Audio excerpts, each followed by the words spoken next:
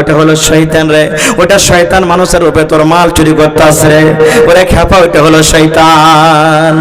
বলছে হুজুর শয়তান ফেরি এত বড় দোয়া জানে? বলছে হ্যাঁ, শয়তান খুব বড় আলিম ছিল, কিন্তু আল্লাহর সামান্য মাত্র এক ফোঁটা। এই যে দেখেন, এই কথাটা আমি আপনাকে বোঝাতে চাচ্ছি, সামান্য একটা আল্লাহর কথার নাফরমানি করেছেন। আল্লাহ বলেছিলেন আদমকে সাজদা করো, আর ও বলেছে যে আমি আদম থেকে উত্তম আছি, আমি আগুন থেকে তৈরি হয়েছি, আর ও মাটি থেকে, মাটিকে যত উঁচাতে করা হোক নামতে পড়বে, আমি ওকে সাজদা করবো না, যে অহংকারী করেছে, যার কারণে আল্লাহকে শয়তান বানিয়ে দিয়েছে। ওই চোরটাকে আমার দরবারে কিন্তু আজকে তুমি ধরে নিয়ে আসবে, তাকে ছাড়িও না। চোর চুরি করতে আসবে, ওকে ধরার পর আমার দরবারে নিয়ে আসবে, ওকে ছাড়িও না কিন্তু আজকে। বলছে ঠিক আছে। ঠিক তৃতীয় রাতে আবার চোর এসে হাজির, মাল চুরি করতে শুরু করেছে। এবার ধরে নিয়েছেন, লিয়া বলছে তুমি খুব শয়তান লোক আছে জি, তোমার কথায় ছাড়বো না, নবীর দরবারে তোমাকে নিয়ে যাব ধরে। তখন চোর বলছে ওরে আল্লাহ, নবীর দরবারে নিয়ে যাওয়া মানে যে চোরের শাস্তি হলো হাত কেটে লওয়া। নবী তো আমার হাত কাটবে, ছাড়বে না। বুখারী শরীফের হাদিস রে ভাই, কোনো গল্পের কিসসা নয়। বলছেন আমার হাত কাটবে, আল্লাহ কি করব? তখন চোরটা বলছেন ভাই তোমাকে একটা দোয়া শিখিয়ে দেবো, আমাকে ছেড়েবে? দোয়া শেখাবো তোমাকে, একটা মন্ত্র শেখাবো, তুমি ছেড়েবে আমাকে? আমাদের মতন তো নয়, শালার বেটা শালা চুরি করতে করতে তুই ফের কখন পড়ে মুলবি হলি, এরকমই আমরা একবার আছি লোকেরা বলতাম, কিন্তু সেটা আল্লাহ নবীর সাহাবী। বলছে হ্যাঁ ভাই তোমার দোয়া ভালো হয়তো ছেড়ে দেবো তোমাকে। বলছে হ্যাঁ ঠিক আছে, তাহলে বলো কি দোয়াটা? আউযু বিল্লাহি মিনাশ শাইতানির রাজিম, বিসমিল্লাহির রহমানির রহিম, আল্লাহু লা ইলাহা ইল্লাহু আল হাইয়ুল কাইয়্যুম লা তাখুযুহু সিনাতুন ওয়ালা নাওম। এই করে করে গোটে পড়ে দিলেন। এর নাম কি? জোরে বলেন। আয়াতুল কুরসি এর নাম। গোটা আয়াতুল কুরসি শেখায়া গেল। এবার চোর বলছেন আবু হুরায়রা তুমি কি আমাকে জিজ্ঞাসা করবে না এই দোয়াটা শিখে কি লাভ আছে, দোয়াটা শিখে কি পাওয়া যাবে, এই দোয়াটার ফজিলত কি, তুমি কি আমাকে জিজ্ঞাসা করবে না? এবার আবু হুরায়রা রাদিয়াল্লাহু তাআলা বলছেন হ্যাঁ ভাই বলো তো এই দোয়াটা শিখে আমার কি লাভ আছে। এবার চোর তখন শিখেছেন, দেখেন এরে আল্লাহর বান্দা নবী, ওই সেই চোর শুধু তাকে বলেছে কিন্তু না কিয়ামত পর্যন্ত সকলের জন্য। এবার চোর বলছেন আল্লাহর বান্দা আবু হুরায়রা তুমি যখন রাতের বেলাতে ইশারের নামাজের পর বিছানায় যখন তুমি ঘুমাতে যাবে, বালিশে মাথা রাখার আগে আগে, বালিশে মাথা রাখার আগে আগে, তোমার চোখ দুটো বন্ধ হওয়ার আগে আগে তুমি যদি একবার আউযু বিল্লাহ বিসমিল্লাহ বলে আয়াতুল কুরসি তুমি পড়ে নাও, যেমনই তোমার পড়া হবে আল্লাহ রাব্বুল আলামিনের পক্ষ থেকে তোমার বাড়িতে একটা আল্লাহ পাহারাদার ফেরেশতা পাঠিয়ে দিবেন। ওই ফেরেশতা তোমার বাড়িতে আসবে, তোমার মোটরসাইকেল জোগাবে, তোমার লাড়া জোগাবে, তোমার গরু জোগাবে, তোমার ধান জোগাবে, তোমার মাকড় জোগাবে, গোটা রাত তোমার বাড়িতে পাহারাদারি করবে, কোন চোর তোমার বাড়িতে চুরি করতে পারবে না। এতখানি এটা ফজিলত। বলছি এত বড় ফজিলত? হ্যাঁ যা রে ভাই যা যা যা যা, তোকে ছেড়ে দিল, যা। চোরকে কিন্তু ছেড়ে দিলেন। ভোর হইল, নবীর দরবারে হাজির। নবীজি বলছেন আবু হুরায়রা চোর আসেনি? হুজুর এসেছিল, আমি যে তোমাকে বলেছিলাম ধরে নিয়ে আসবে। বলছে নবী গো একটা দোয়া শিখে দিয়েছেন গে নবীজি, এই জন্য আমি ছেড়ে দিয়েছি তাকে। আল্লাহ রাসূল বলছেন আবু হুরায়রা কি দোয়া বলো তো? বলছে নবী গো আমাকে আয়াতুল কুরসি শিখে দিয়েছেন গো নবীজি। আর এই কথাটা বলেছেন আবু হুরায়রা রে, যখন তুমি বিছানায় যাইবা এশারের নামাজের পর যখন তুমি ঘুমাতে যাবে, ঘুমার আগে আগে যদি তুমি একবার আয়াতুল কুরসি পড়ে নাও, আল্লাহ রাব্বুল আলামিনের পক্ষ থেকে তোমার বাড়িতে আল্লাহ একটা ফেরেশতা দিয়ে দিবেন। ওই ফেরেশতা এসে গোটা রাত তোমার বাড়িতে পাহারাদারি করবে, কোন চোর তোমার বাড়িতে চুরি করতে পারবে না। এই দোয়াটা আমাকে শিখালছেন নবীজি, তখন আমি ছেড়ে দিয়েছি। আল্লাহ রাসূল তখন বলছেন যে ঠিকই বলেছে চোর। রাসূল কি বলছেন? চোর ঠিকই বলেছেন। নবীজি মেনে নিলেন, নবীজি কথাটাকে মেনে নিলেন, চোর ঠিকই বলেছে। এবারে নবী বলছেন তুমি জানো 3 রাত থেকে যে তোমার কাছে চুরি করতে আসে ওটা কে? বলছেন হুজুর এটা ফের কে? ওটা হলো চোর, মাল চুরি করতে আসছে। রাসূল বলছেন না রে খেপা না, ওটা চোর নয় রে, চোর নয়। 3 রাত থেকে তোমার কাছে যে মাল চুরি করতে আসে জানা হয়ে গেছে। রাসূল বলেছেন ইমরাতুন ফাহিশা, একটা নারী ছিল, মহিলা জেনা ব্যভিচার করত, রান্ডিগিরি করত, রাস্তাতে হেঁটে চলে আসছে।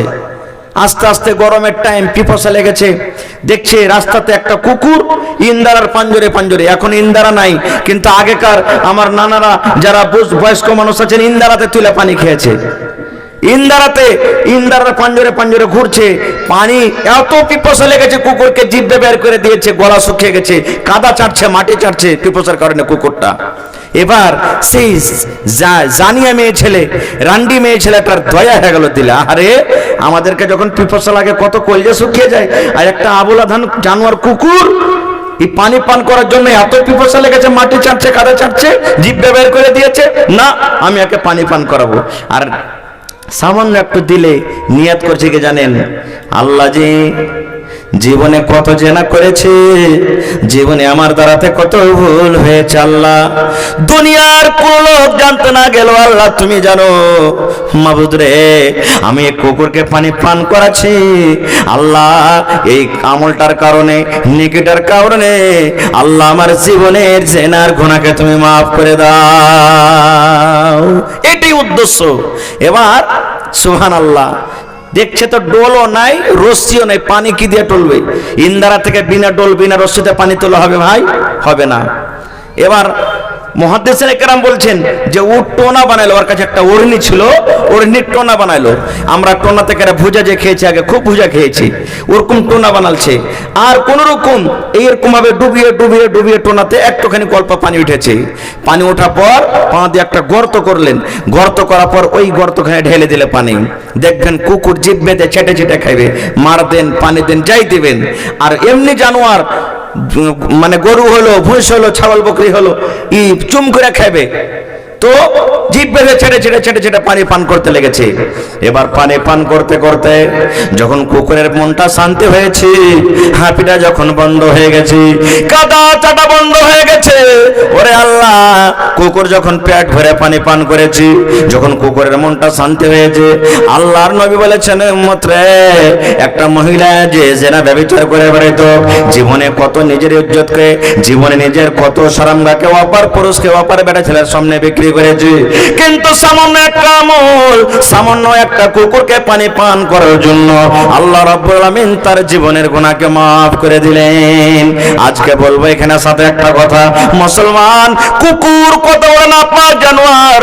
আল্লাহর নবী বলেছেন, আমার ওলামায়ে কেরাম বলেছেন, জিজ্ঞাসা করেন, নবী বলেছেন কুকুর এত বড় নাপাক জানোয়ার। এ আমার মায়েরা খালারা কলের গোড়াতে বার্তানটা রেখে দেয়, আইগনাতে গামলা রেখে দেয়, আইগনাতে আরো অন্য রকমের সামান রেখে দেয়। নবী বলেছেন যদি কুকুর তোমার ভাতে মুখ দিয়ে দেয়, সে ভাত তুমি খেয়ে না, ভাতটাকে তোমাকে ফেলতে হবে। তোমার তরকারিতে যদি কুকুরে মুখ দিয়ে দেয়, ওই তরকারি তোমাকে খেতে হবে না, ফেলে দিতে হবে। তোমার আটাতে যদি কুকুরে মুখ দিয়ে দেয়, আটাকে তুমি ফেলে দাও। এই মতো নবী বলেছেন, মহিলা রে, যদি তোমার কুকুরে যদি বর্তনে মুখ দিয়ে দেয়, থালিতে মুখ দিয়ে দেয়, গামলাতে বদনাতে মুখ দিয়ে দেয়, আল্লাহ রাসূল বলেছেন অতক্ষণ পর্যন্ত তুমি ওই ব্যবহার করিও না বর্তনটাকে, অতক্ষণ পর্যন্ত তুমি বদনাতে লোটাতে পানি পান করিও না, যতক্ষণ পর্যন্ত ওই বর্তনকে তুমি 7 বার করে না ধোবে। কেমন করে ধুতে হবে? একবার ছাই দিয়ে মাটি দিয়ে মানতে হবে, আর 6 বার আপনাকে এমনি এমনি করে ধুতে হবে। 7 বার করে ধোবেন, তাইলে বর্তনটা পাক হবে।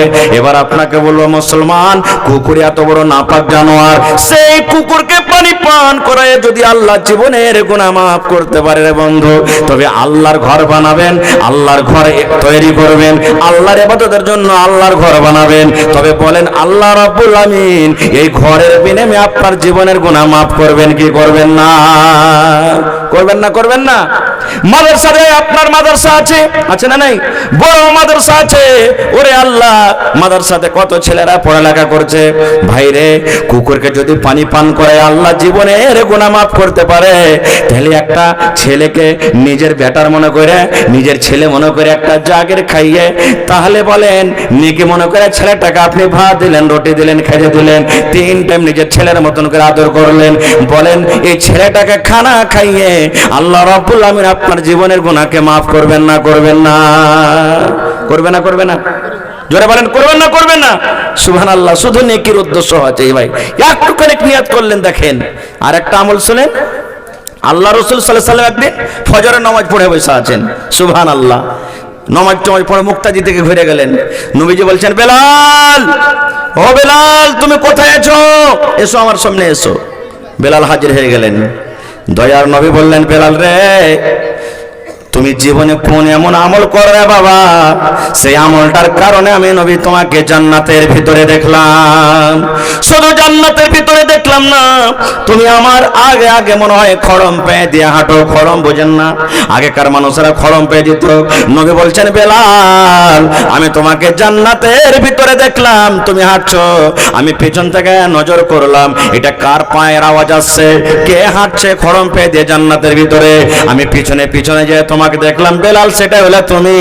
বাবারে, জীবনে তুমি কোন এমন আমল করো যে আমলটার কারণে আমি তোমাকে জান্নাতের ভিতরে আগে আগে হাঁটতে দেখলাম? বেলাল, তুমি জীবনে কোন এমন আমল করো বাবা, সে আমলটার কারণে আমি তোমাকে জান্নাতে দেখলাম, একটু বলবে না?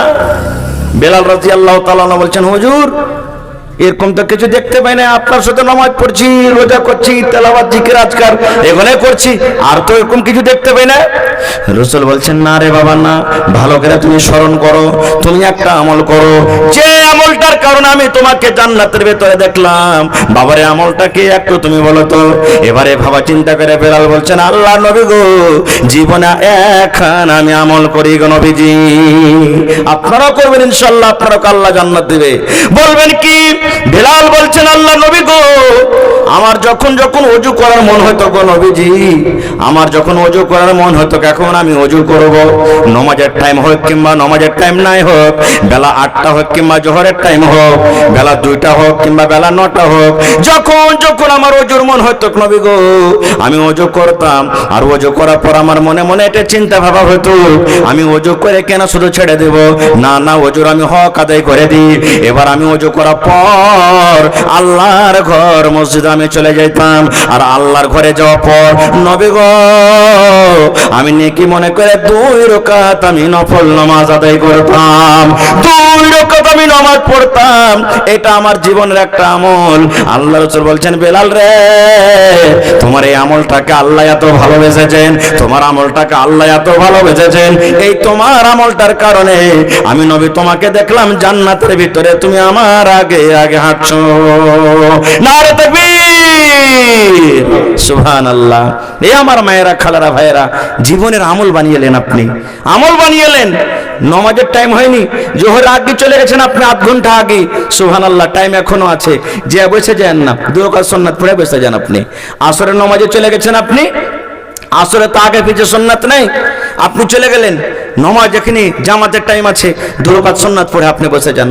রাসূল বলেছেন, মাগরিবের টাইমে তুমি যাও, বুখারী শরীফের হাদিস, রাসূল বলেছেন, সাল্লু ক্বাবলাল মাগরিব, সাল্লু ক্বাবলাল মাগরিব, সাল্লু ক্বাবলাল মাগরিব, 3 বার বলেছেন। মাগরিবের আগে 2 রাকাত পড়ো, মাগরিবের আগে 2 রাকাত পড়ো, মাগরিবের আগে 2 রাকাত পড়ো।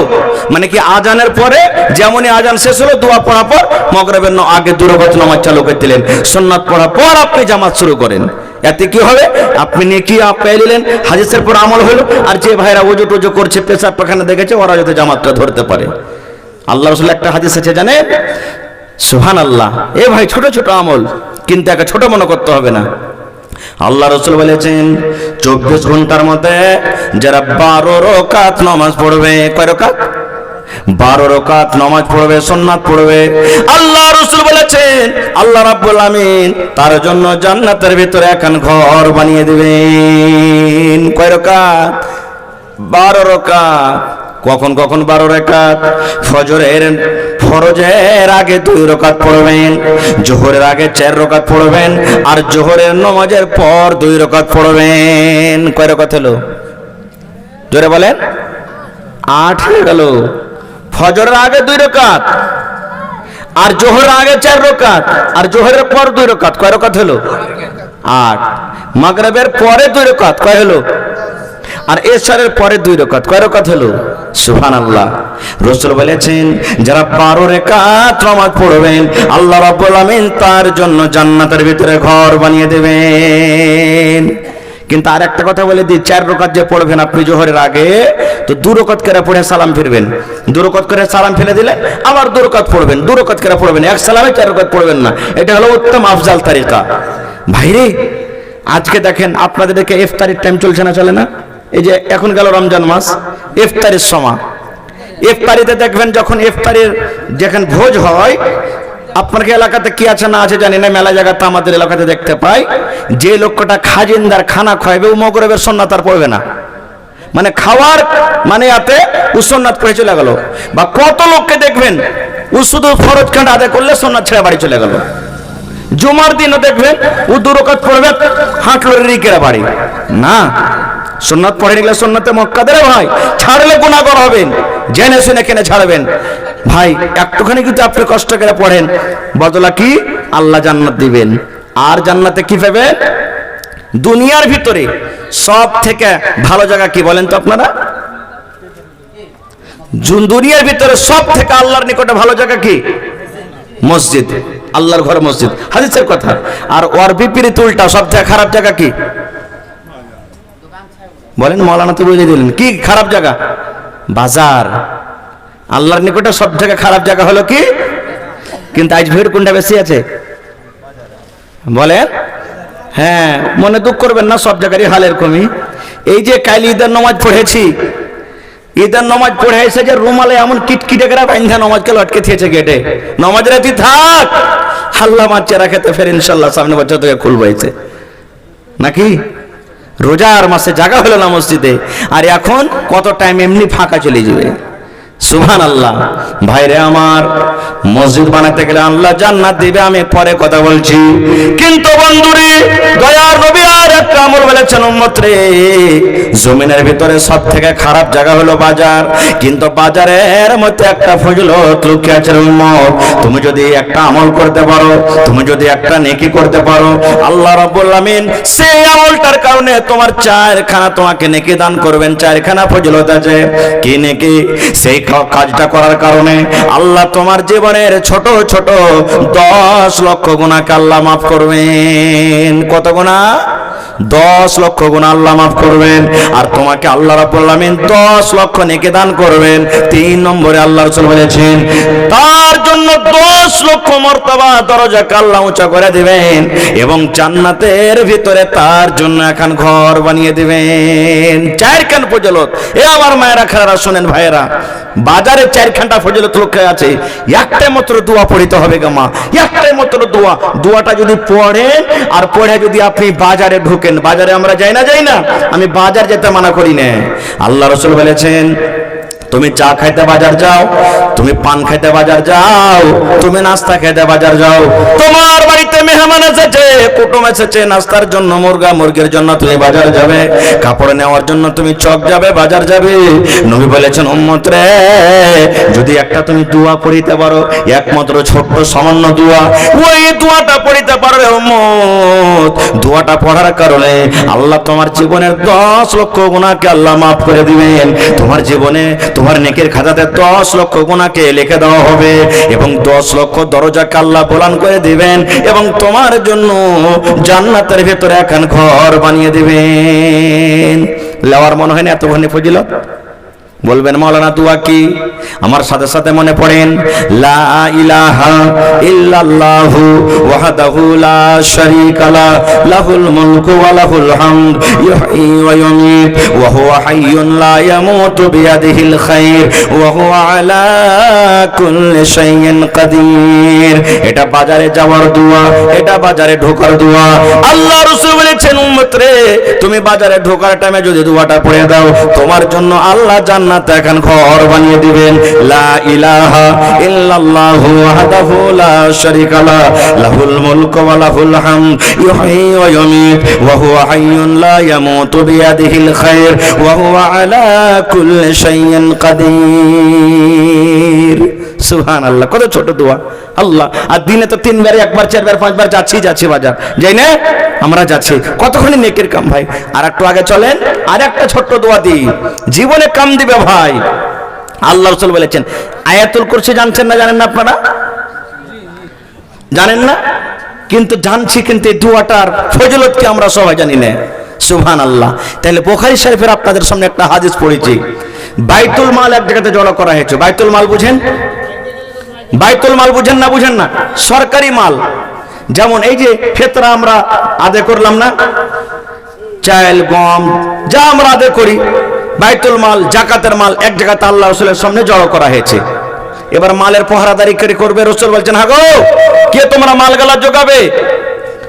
তো আবু হুরায়রা রাদিয়াল্লাহু তাআলা একজন সাহাবী বলছেন, হুজুর আমি মাল জোগাবো। বলছে ঠিক আছে, জোগাও, যোগানদারি করো মালের।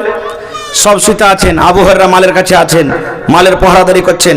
আর একটা চোর ভাই রাইতে এসে মাল চুরি করতে লেগে গাপা গাপা করে বোরাতে ভরতে শুরু করেছে। আবু হুরায়রা রাদিয়াল্লাহু তাআলা সাহাবী যে মালের পহরাদারি করছে, যার হাত খানটাকে ধরে চলে, এই তোমাকে ডর লাগে না? আরে মালের পহরাদারি আমি করছি আর তুমি মাল চুরি করছো মানে?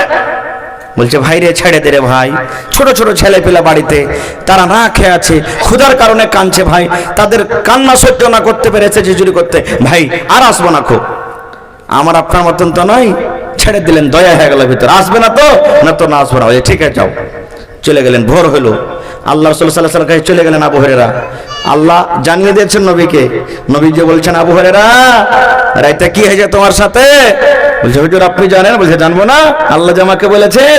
বলছে হুজুর চোর এসেছিল একটা মাল চুরি করতে। বলছে কি বলেছে? বলছে আর আসবো না। দয়ার নবী বললেন, সাহাবীরে, এ আমার আবু হুরায়রা তুমি শুনে নাও, চোর তোমার সাথে ওয়াদা করেছে আসবো না। আমি নবী বলছি আজ রাতে সেই চোর কিন্তু আবার মাল চুরি করতে আসবে। বলছে হুজুর যে ওয়াদা করেছে আসবো না? বলছে করেছে না, আমি বলছি আসবে। সাহাবে কেরাম তো নবীর কথা সুবহানাল্লাহ মানতেন কেমন ভাবে আপনারা জানছেন। কোনদিন নবীর কথা ইনকার করেননি। পরে পাইতো ইনশাআল্লাহ এক দুটো উদাহরণ দেবো যে কেমন করে নবীর কথা মানতেন তারা। তো বলছেন যে আসবে না? তো হ্যাঁ আসবে, তো আসবে। রাসূল বলে দিলেন আসবে তো আসবে। সেদিন ও আর ঘুমাই না। ঠিক কিছু রাত হয়েছে, চোর চলে এসেছে চুরি করতে, আবার মাল চুরি করতে শুরু করেছে।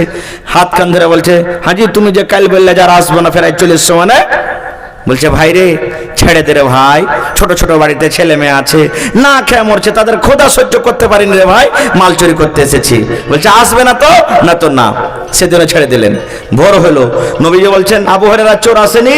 বলছে হুজুর চোর এসেছিল, কিন্তু আজকে আমাকে বললেন যে আর আসবো না, ওয়াদা করেছে, তখন আমি ছেড়ে দিলাম। আল্লাহ রাসূল সাল্লাল্লাহু আলাইহি ওয়াসাল্লাম বললেন, আবু হুরায়রা চোর তোমার সাথে ওয়াদা করেছে আর আসবো না, কিন্তু বাবারে শোনো, আল্লাহর কসম করে আমি নবী বলি, ওই চোর আজ রাত্র মাল চুরি করতে আসবে। কিন্তু হ্যাঁ শুনে নাও, আজকে 3 রাত হয়ে যাবে, ওই চোরটাকে আমার দরবারে কিন্তু আজকে তুমি ধরে নিয়ে আসবে, তাকে ছাড়িও না। চোর চুরি করতে আসবে, ওকে ধরার পর আমার দরবারে নিয়ে আসবে, ওকে ছাড়িও না কিন্তু আজকে। বলছে ঠিক আছে। ঠিক তৃতীয় রাতে আবার চোর এসে হাজির, মাল চুরি করতে শুরু করেছে। এবার ধরে নিয়েছেন, লিয়া বলছে তুমি খুব শয়তান লোক আছে জি, তোমার কথায় ছাড়বো না, নবীর দরবারে তোমাকে নিয়ে যাব ধরে। তখন চোর বলছে, ওরে আল্লাহ, নবীর দরবারে নিয়ে যাওয়া মানে যে চোরের শাস্তি হলো হাত কেটে লওয়া। নবী তো আমার হাত কাটবে, ছাড়বে না। বুখারী শরীফের হাদিস রে ভাই, কোনো গল্পের কিসসা নয়। বলছেন আমার হাত কাটবে, আল্লাহ কি করব? তখন চোরটা বলছেন, ভাই তোমাকে একটা দোয়া শিখিয়ে দেবো, আমাকে ছেড়েবে?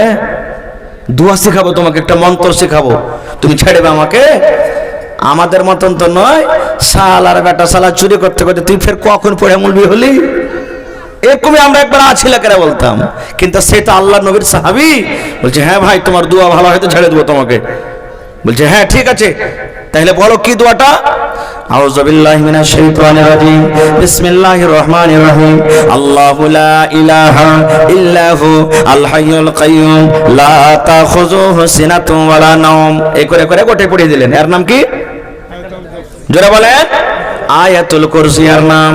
গোটা আয়াতুল কুরসি শেখায়া গেল।